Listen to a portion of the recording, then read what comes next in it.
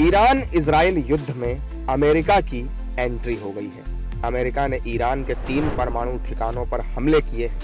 इसकी जानकारी खुद अमेरिकी राष्ट्रपति डोनाल्ड ट्रंप ने दी है, जबकि इन हमलों को ईरान ने यूएन चार्टर का उल्लंघन बताया है। लेकिन भारत अमेरिका की इस कार्रवाई पर क्या कह रहा है, ये जानना भी बेहद जरूरी है। भारत सरकार इस हमले पर स्थिर रवैया अपना रही है। सरकार की माने तो भारत हमेशा युद्ध के खिलाफ रहा है और युद्ध का हल बातचीत के जरिए निकालने का पक्षधर रहा है। माननीय प्रधानमंत्री जी निरंतर इस सोच के रहे हैं कि युद्ध मार्ग नहीं है समस्याओं के समाधान का। डायलॉग और डिप्लोमेसी, बातचीत के माध्यम से, कूटनीति के माध्यम से समस्याओं का समाधान होना चाहिए।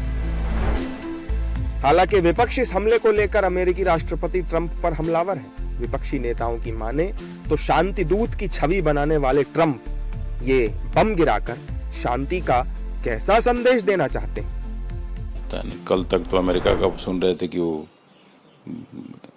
सब जगह शांति करा रहा है, संधि करा रहा है।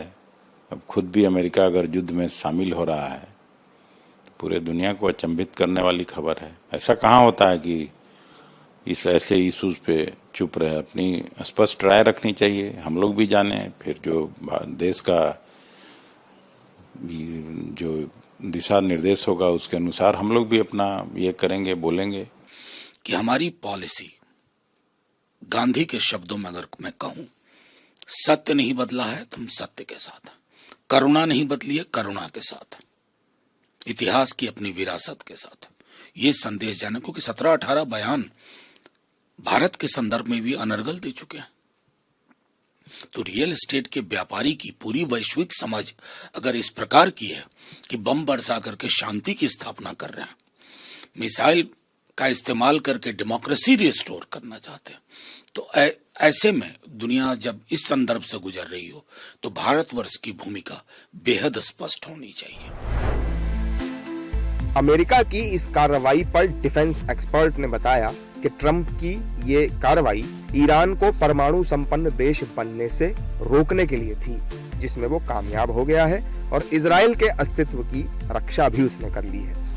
मकसद यही था कि न्यूक्लियर इंस्टॉलेशन, ईरान को न्यूक्लियर नहीं होने देना, वो तो मकसद जो है वो हल हो गया। अब दूसरा मकसद, चाहे सत्ता उनको परिवर्तन लाना है, वो तो बात की बात है, वो कहाँ ईरानियन लोगों को साथ में ले चलना होगा उसमें। लेकिन जो डर था इजराइल को, खासकर कि उसका अस्तित्व खतरे में है, वो अस्तित्व खतरे में नहीं है, क्योंकि ईरान की जो भी काबिलियत थी न्यूक्लियर की वो बर्बाद हो चुकी है।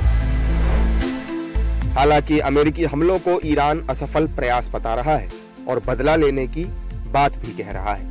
ईरान की माने तो जब यह हमला किया गया उससे पहले ही यूरेनियम को हटा लिया गया था, जिससे किसी भी तरह से उसके परमाणु क्षेत्रों को नुकसान नहीं हुआ है।